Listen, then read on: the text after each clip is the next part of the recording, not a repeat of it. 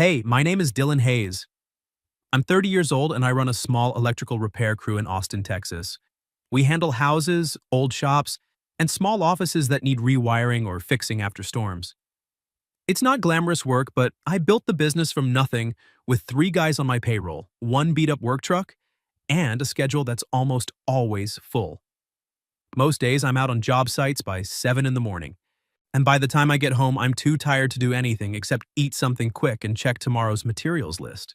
I used to think I could balance it all. Then an ex-girlfriend told me straight out that I didn't have time for a real relationship, only for work. She wasn't wrong. After that, I stopped trying so hard. Dating felt like another appointment I'd eventually have to cancel. So when my friend Jenna said she wanted to set me up with her coworker Kelsey Hart, a 28-year-old ER nurse, I almost said no. Jenna told me Kelsey was kind, tough, and just as bad at keeping a normal schedule as I was. That part made me laugh. At least we'd have something in common. We picked a Friday night at Taco Libre, a casual Mexican place near downtown. I showed up at 7 wearing clean jeans and a plain button-up. I got a table by the window, ordered a beer, and waited. 7:10, 7:20, 7:35. My phone kept lighting up with messages from Kelsey. She was stuck at the hospital. A motorcycle accident had come in, and she couldn't leave in the middle of stabilizing the patient. I typed back the same thing each time. It's fine. Take your time. I'll hold the table. Your time. I meant it. I'd canceled dinners, birthdays, even a short trip once because a client's breaker box caught fire during a storm. I knew what it felt like when your job didn't fit neatly into a calendar. At 7:43, the front door opened and she walked in. She was still in her scrubs, light blue and wrinkled from a long shift. Her hair was pulled up but coming loose in a few strands around her face. There was an old coffee stain on one sleeve.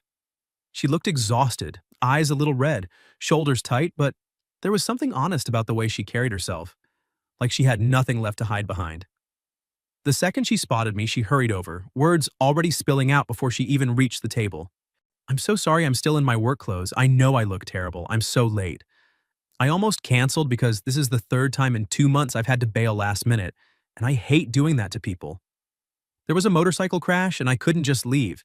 If you want to go, I completely understand. Really, I'm—" "Kelsey," I said, keeping my voice calm. "Stop for a second." She froze, mouth still half open, like she was bracing for me to stand up and walk out. I pulled the chair out across from me. "You just spent your whole day taking care of other people. Sit down. I already ordered you some water and food's coming. You don't have to apologize for any of that." She stayed standing for another beat, staring at me like she wasn't sure she'd heard right. Then she slowly lowered herself into the chair. Her hands were still gripping the edge of the table. I pushed the glass of water toward her. "Drink that first. You look like you're about to fall over." She took a sip, then another, longer one. When she set the glass down, her fingers were still wrapped around it like she needed something to hold on to. "The last time I ate was around 2, she admitted quietly. "Half a granola bar between patients." I flagged the server and added tacos and a margarita to the order. When I turned back, Kelsey was watching me with this careful, almost wary expression. "You're not mad?" she asked.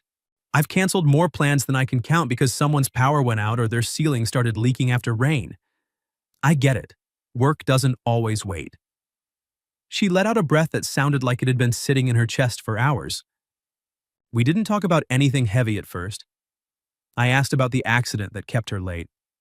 She told me the rider was stable now, broken leg and road rash, but nothing life-threatening. While she talked about the case, her eyes got brighter, even though she was clearly running on fumes. I could tell this wasn't just a job to her, it mattered. I told her about the older houses I worked on in East Austin, and the guy last week who wanted me to install a chandelier that could somehow sync lights to his mood playlist. She actually laughed at that, a real laugh that made her shoulders drop a little. When the food came, she ate like she hadn't realized how hungry she was. Between bites, she asked if it bothered me that she was always going to be busy and unpredictable. "I'm busy too," I said. "I don't have the right to judge someone for trying to be good at what they do." That made her go quiet for a minute. She looked down at her plate, then back up at me with something softer in her face. We stayed until the restaurant started closing around us. She stopped apologizing every other sentence. She told me about the weirdest things that came through the ER on a Friday night: kids with Lego up their noses, an old man who thought he was having a heart attack but had just eaten too many jalapenos.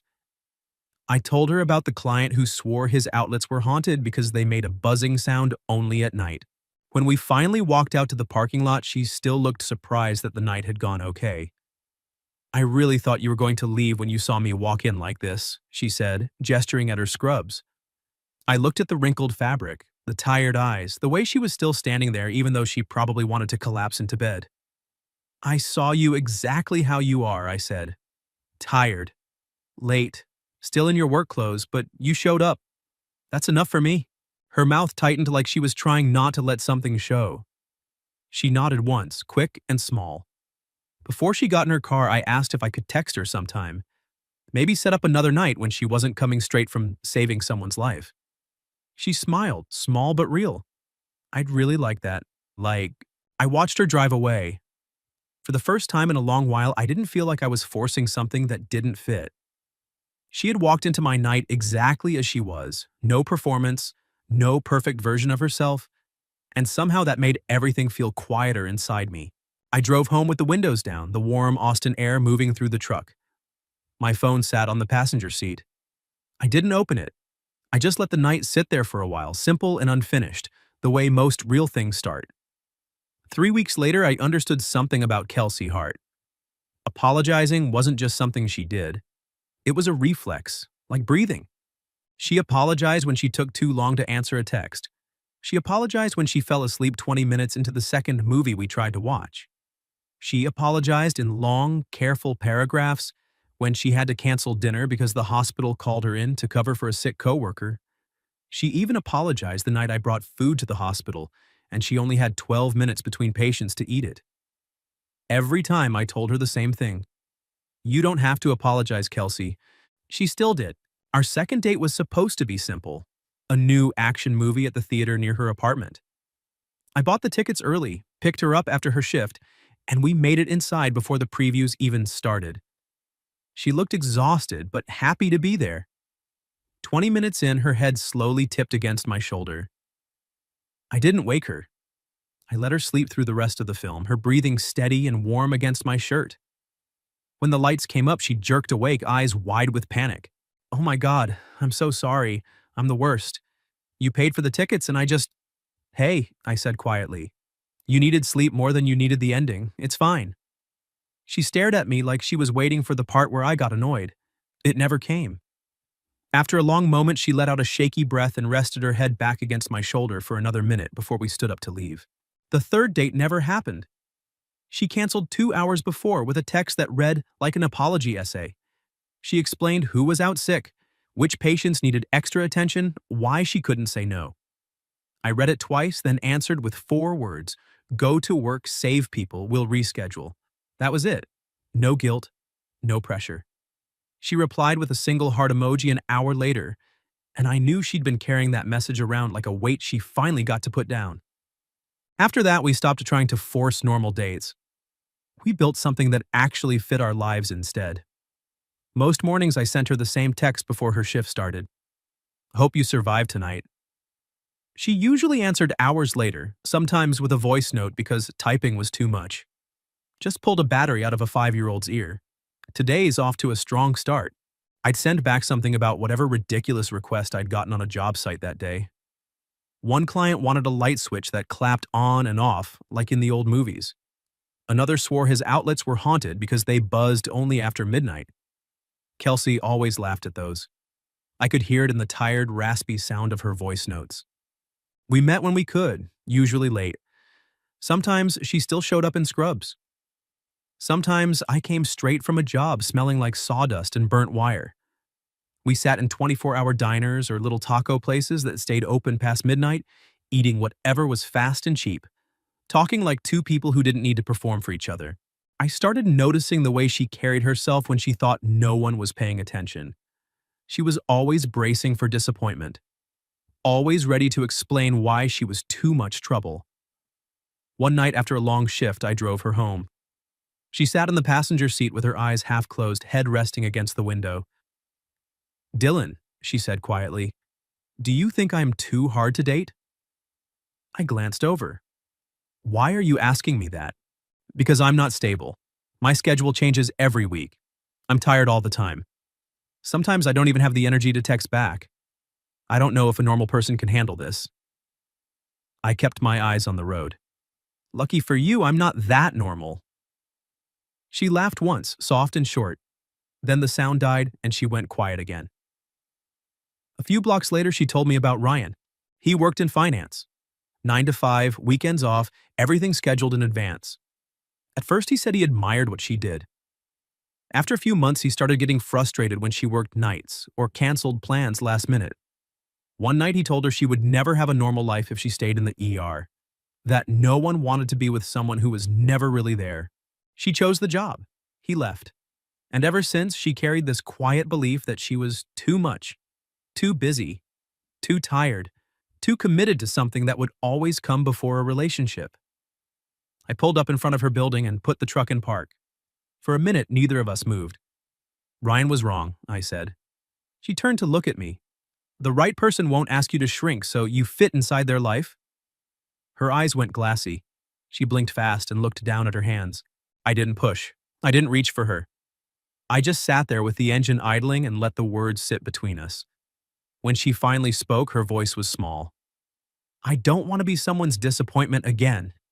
You're not, I said. Not to me. She nodded once, like she wanted to believe it but wasn't sure how. Then she opened the door and stepped out. Before she closed it, she looked back. Thank you for driving me and for not making this harder. Text me when you're inside safe. She gave me a tired smile and shut the door. I watched her walk up the steps to her building, shoulders hunched against the night air. Something had shifted in the truck that night. It wasn't dramatic. It wasn't a confession or a kiss. It was quieter than that. Two people recognizing the same old wound in each other and deciding, without saying it out loud, that they weren't going to run from it. I drove home with the windows cracked, the city lights sliding past. My phone stayed dark on the seat beside me. I didn't need to check it.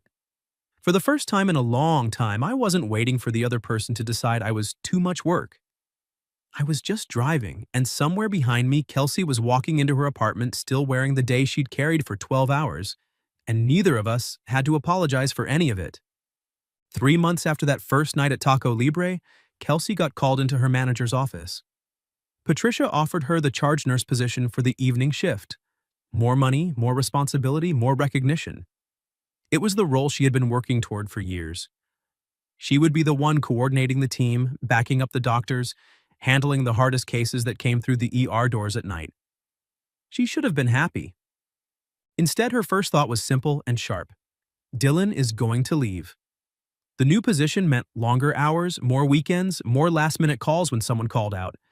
She knew she wanted it. She loved the ER. She didn't want a safe, predictable life just to make someone else comfortable. But the old fear came rushing back anyway, Ryan's voice echoing in her head like it had never left.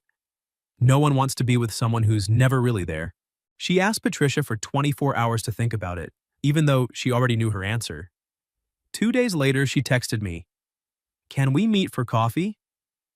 I have something I need to tell you. I knew something was wrong the second I read it.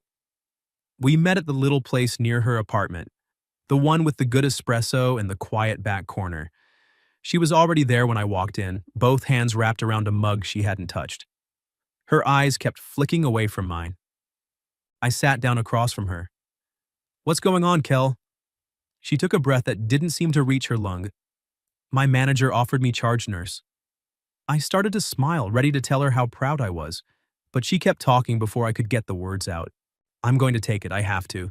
It's what I've been working toward for years, but it's going to make my schedule even worse. More hours, more weekends, more nights I'll have to cancel on you. I won't be able to give you anything close to a normal relationship. I set my cup down slowly.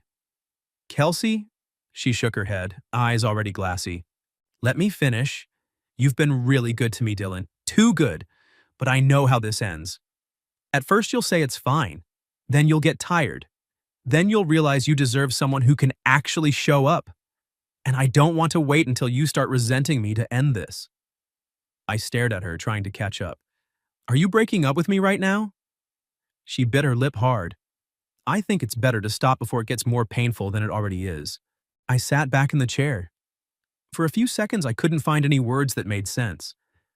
I haven't even gotten to congratulate you yet. Her face crumpled. She looked away, blinking fast. I'm sorry. That sorry landed heavier than all the others she'd ever given me. I leaned forward, keeping my voice low. What have I done that makes you think I'm going to react the same way Ryan did? Nothing, she whispered. That's the problem. You've been nothing but patient and kind, and I can't stand the idea of you waking up one day and realizing I'm not worth it. I wanted to reach across the table and take her hand, but she had both of them clenched around that mug like it was the only thing holding her together. Kelsey, please, don't decide how I feel for me. She stood up suddenly, grabbing her bag. I can't do this right now. I'm sorry. Then she walked out. I stayed at the table for a long time after she left, staring at the second cup of coffee she never drank. The shop felt too quiet. My chest felt too tight. That night, I sent her 3 messages. Kelsey, please talk to me. I'm proud of you. You don't get to decide how I feel about you. She didn't answer any of them. She took the promotion. From what I heard later through Jenna, she threw herself into the new role like she was trying to outrun something. Extra shifts, every difficult schedule, every hard case that came through the doors. She buried herself in work until there was no room left for anything else, especially not the parts of herself that were scared. I tried to respect the distance she put between us. I didn't show up at the hospital. I didn't keep texting. But every night when I got home from a job site, the quiet in my house felt different. I missed the sound of her tired voice notes. I missed the way she used to look at me like she couldn't quite believe I wasn't already halfway out the door. I knew she hadn't stopped caring. She had just gotten scared. And if I really wanted this, if I really wanted her, I couldn't just sit back and let fear make all the decisions for both of us. I sat on the edge of my bed that night with my phone in my hand, staring at the last message I'd sent her. The screen had gone dark a long time ago. I didn't open it again. I just sat there in the dark, letting the weight of what happened settle in my chest. For the first time since I met her, I wasn't sure if being patient was enough, but I also wasn't ready to let her go. 2 weeks after that coffee shop conversation, I couldn't stay quiet anymore. I texted Jenna, Kelsey's coworker and the one who had introduced us in the first place. What time does Kelsey get off tonight? She answered almost immediately. 11 o'clock, South parking lot. About time you showed up. Go talk to her. I drove to the hospital at 10:45. The night air in Austin had turned sharp, the kind of cold that settles into your jacket and stays there. I parked near the employee exit, left the engine off, and sat in the dark with the windows cracked. I didn't have a speech planned. I just knew that if I let Kelsey keep believing she was too much work for anyone to love, I would regret it for a long time. At 11:15, the side door opened, and she walked out, still in her scrubs. Hair falling loose from the bun she'd probably tied 12 hours earlier. Shoulders pulled tight from exhaustion. She carried her bag like it weighed more than it should. Her steps were slow, like her body was moving on autopilot. I opened the truck door and stepped out. Kelsey! She stopped mid-step, turned. For a second, her face went through 3 different expressions. Surprise, worry, then something like a wall going up. Dylan? What are you doing here? Is everything okay? I walked closer but stopped a few feet away, giving her space. I need to talk to you. You haven't answered my messages, so I came here. If you really want me to leave after this, I will. But you have to hear me out first. She stood there under the yellow parking lot lights, studying me like she was trying to decide whether this was going to hurt. After a long moment, she nodded once. I didn't waste time. You broke up with me before I even got the chance to tell you I was proud of you. Her shoulders stiffened. You told me about something you'd been working toward for years, and instead of letting me react, you decided I was going to be disappointed. You decided I was going to resent you. You took the wound Ryan left and put it on me like it was already mine. She looked away, jaw tight. I was trying to protect you from a relationship that would only make you tired. No, I said. You were trying to protect yourself from being left again. I get it. But you don't get to decide for me that I can't handle you. She gripped the strap of her bag harder. Dylan, you don't understand. I'm always going to be late, always going to be tired, always going to have nights where the hospital comes first. I'm going to miss birthdays and dinners and weekends. I'm always going to have to choose between my job and someone else's feelings. I can't give you an easy life. I took one step closer. I didn't fall in love with you because you were easy. Her eyes came back to mine. They were already wet. I kept going, slower now, making sure every word landed. I fell in love with you the night you walked into Taco Libre 45 minutes late, still in your wrinkled scrubs after you'd just saved someone's life. I didn't fall for some perfect version of you who has weekends off and shows up on time and never looks tired. I fell for the real one, the one who's exhausted but still shows up, the one who takes care of everyone else and forgets to eat, the one who thinks she's too much when she's really just never met someone who knows how to value what she gives. A tear slipped down her cheek. She didn't wipe it away. Her voice cracked when she finally spoke. I don't want to be too much anymore. I'm tired of always apologizing. I'm tired of feeling like I have to choose between the work I love and being someone who's easy to love. I'm tired of shrinking myself so other people don't get uncomfortable. I reached out and took her hand. This time she didn't pull away. Then stop shrinking, I said. Stop apologizing for being good at what you do. Stop apologizing for caring too much. Stop apologizing for having ambition. I don't need you to make yourself smaller to fit into my life. I want to build a life that's big enough for both of us. She started crying for real then, not quiet tears she could hide, the kind that came from somewhere deep, the kind she'd probably been holding back for years. I pulled her into my chest. She let me. Her forehead pressed against my shoulder, both hands fisting the front of my jacket like she was afraid I might disappear if she let go. I already ruined everything, she said, voice muffled and broken. I held her tighter. Yeah, a little. She let out a wet, shaky laugh against my shirt. But we can fix it, I said. If you get scared again, tell me. Don't leave before I get the chance to stay. She nodded against me.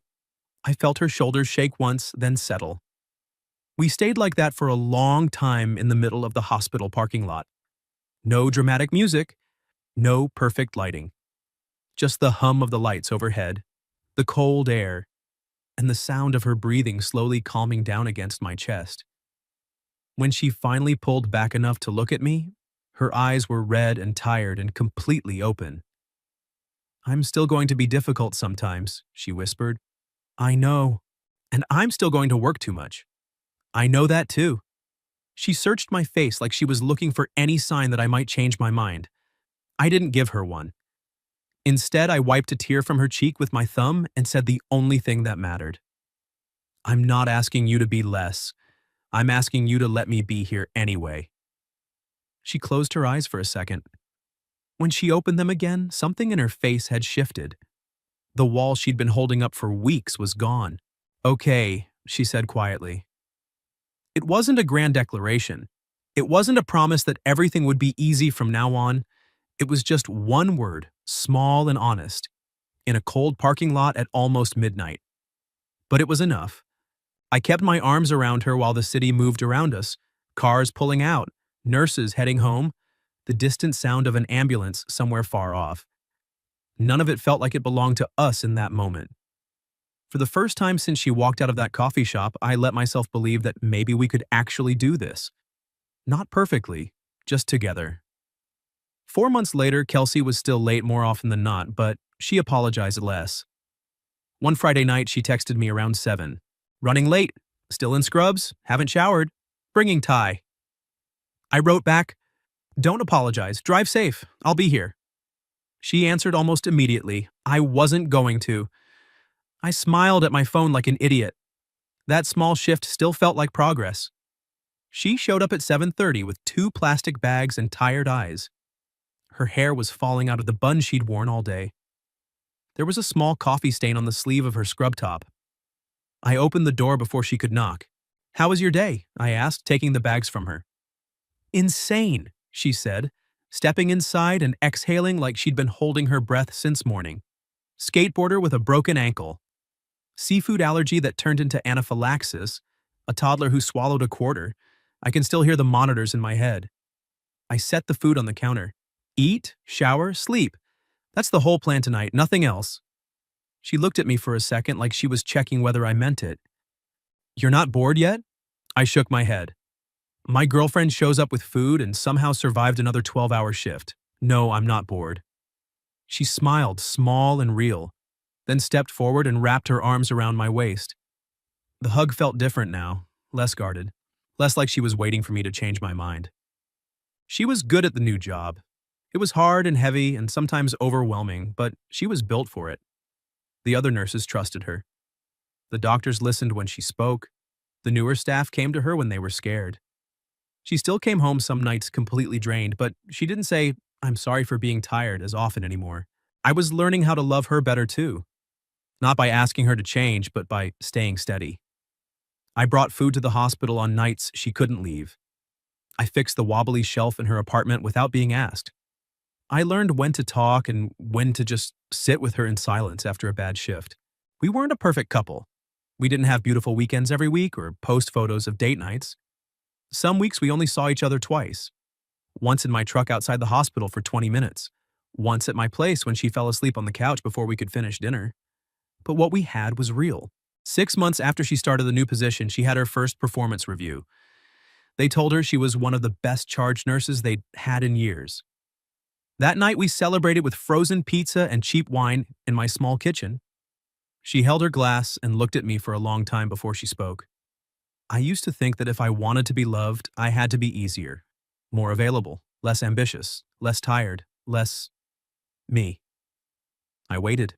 Now I think the right person won't love you because you became less. They'll love you because you stayed exactly who you are. I lifted my glass and touched it lightly to hers. Finally figured that out, huh? She bumped my hand with hers, smiling. Don't get cocky. I pulled her closer and kissed her forehead. A while after that, we started talking about living together, not rushing. She wanted to feel steady in the new role first. I didn't push. She asked me one night if I was really okay with taking things slow. I told her the truth. Kelsey, you showed up 45 minutes late to our first date and I still stayed. I think I'm pretty good at waiting. She laughed, then rested her head against my shoulder. The story doesn't end with anything dramatic. No big move-in day or perfect proposal. It ends on a quiet night in Austin when it was raining lightly outside. Kelsey was still in her scrubs, curled up on my couch with her legs tucked under her, head resting against the cushion. I sat beside her, going over the next day's job list on my phone. On the coffee table were 2 half-eaten takeout containers, a glass of water, and her jacket thrown over the arm of the chair. Nothing about it was perfect. But she was there, and I was there. And for the first time in a long time, Kelsey didn't look at her uniform like it was something she needed to apologize for. It was just proof of who she was. Dedicated, strong, tired, stubborn, full of care for people she didn't even know. I didn't want her to change any of that. I just wanted to be the person who was still there when she came home late, when she fell asleep on the couch, when she had a good day at work, and when the old fear tried to tell her she was too much again. Because the right person doesn't make you choose between your dreams and being loved. The right person says, be exactly who you are, I'm staying.